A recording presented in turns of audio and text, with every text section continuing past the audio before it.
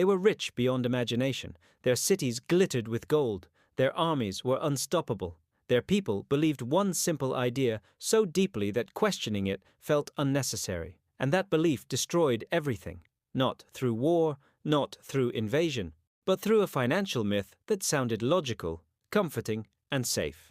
A myth so convincing that entire civilizations built their economies around it, trusted it with their future, and watched their world collapse when it finally broke. The myth was simple. Wealth can be created without limits. That money itself is power. That as long as numbers go up, reality will eventually follow. This belief didn't start with one empire. It appeared again and again across history, wearing different faces, speaking different languages, but always telling the same lie.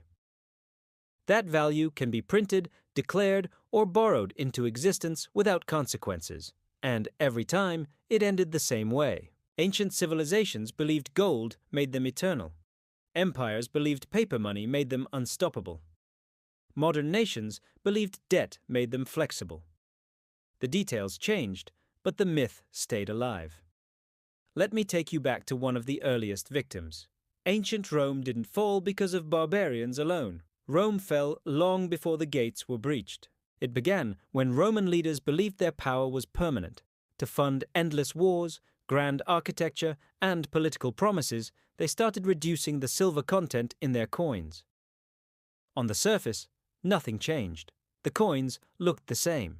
The empire looked strong, but merchants noticed, soldiers noticed, prices rose, trust evaporated.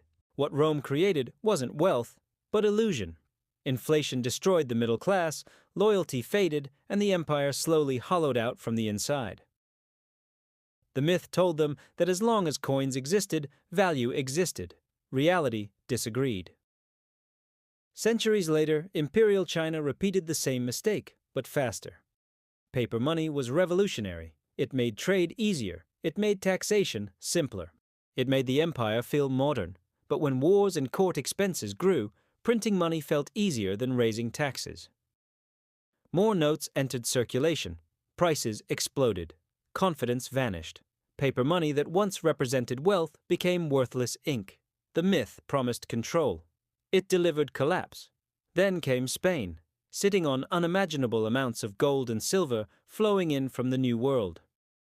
For a brief moment, Spain believed it had broken history itself. With so much wealth, how could they ever fall? But instead of investing in productivity, Spain spent endlessly, borrowed heavily, and ignored inflation. Gold didn't create strength.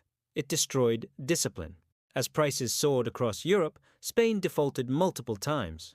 The richest empire of its era fell into long-term decline, trapped by the myth that money itself was power. Fast forward to France in the early 1700s, a financial genius named John Law convinced the monarchy that paper money and speculative assets could erase national debt. For a short time, it worked. Wealth exploded on paper. Paris felt unstoppable. Then confidence cracked. The bubble burst. The economy collapsed. Decades later, public trust in the financial system was so broken that it fueled the French Revolution. Again, the myth survived. Wealth can be engineered without consequence. Now, here's the part most people miss. These collapses didn't happen overnight. They unfolded slowly, quietly, invisibly. That's why the myth is so dangerous. It doesn't destroy civilizations with explosions. It dissolves them from within. And here's where this story becomes uncomfortable. Because modern economies are not immune. They are more sophisticated, more complex, more interconnected, but still built on the same psychological foundation. The belief that debt doesn't matter if growth continues, that printing money is safe if done carefully, that markets will always recover, that governments can spend today and worry later. These ideas sound responsible. They sound academic. They sound controlled. But history shows something brutal. Every system that believed it could separate money from real value eventually paid the price. The myth survives because it works at first. That's the trap.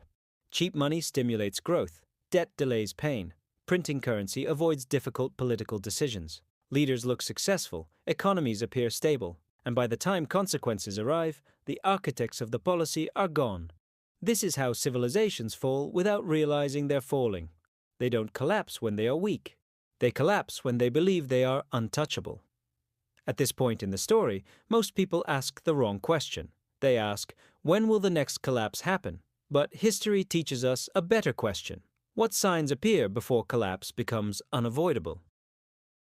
The answer is always the same. Rising inequality. Asset bubbles disconnected from productivity. Wages stagnating while prices rise. Trust shifting from institutions to speculation. A population taught to believe that numbers on screens equal real wealth. When money stops representing effort, skill, and productivity, and starts representing policy decisions and promises, the system becomes fragile. Here's the most dangerous part of the myth. It teaches people to stop thinking long-term. It rewards short-term gains. It punishes restraint. It turns patience into weakness and debt into strategy. Civilizations don't die because they run out of money. They die because money stops meaning anything. And when trust disappears, no amount of currency can bring it back. This is why studying financial collapse isn't about fear. It's about clarity. It's about understanding patterns that repeat across centuries because human psychology doesn't change. Technology advances, systems evolve, but belief stays the same. If you're listening to this and wondering why this matters to you personally, here's the truth. You don't need to predict collapse to protect yourself from it. You need to understand myths before they trap you. The people who survive economic shifts are never the ones chasing illusions. They are the ones grounded in reality. They invest in skills, adaptability, and long-term value. They don't confuse paper wealth with real security. They understand that money is a tool, not a guarantee. Civilizations fall when enough people believe the myth. Individuals survive when they don't. If this kind of thinking resonates with you, if you want to understand the quiet forces shaping economies before headlines catch up, this is exactly what Silent Collapse exists for. Subscribe and stay with us. Not for fear, but for understanding. Not for predictions, but for perspective. Because history doesn't repeat itself loudly. It whispers first. And those who listen early are the ones still standing when the noise finally begins. Now here's the part. History books rarely explain. Civilizations don't collapse when the myth is exposed. They collapse when people refuse to let go of it. When warning signs appear, leaders don't reverse course. They double down. They print more. They borrow more. They promise that recovery is just one more policy away. And the public, trained to trust the system, accepts it. Because admitting the myth was wrong would mean admitting everything built on it is fragile. This is why collapses feel sudden only in hindsight. For the people living through them, the system looks stable right up until it isn't. Markets still function, stores are still stocked, jobs still exist. But underneath, confidence is leaking away slowly, quietly, invisibly. Every historical collapse reaches a moment where money exists everywhere, but certainty exists nowhere. At that stage, people stop asking how value is created and start asking how to protect what they already have. Speculation replaces production. Short-term thinking replaces long-term planning. Society becomes reactive instead of strategic, and that's the final stage of the myth. Because once an economy is driven by fear instead of trust, no stimulus can fix it. No policy can reverse it. The damage isn't financial anymore. It's psychological. This is why the most dangerous financial myths are not technical. They are emotional. They promise safety without discipline, growth without sacrifice, prosperity without effort. And history has never rewarded that belief. The uncomfortable truth is this. Collapse doesn't begin in markets. It begins in mindset.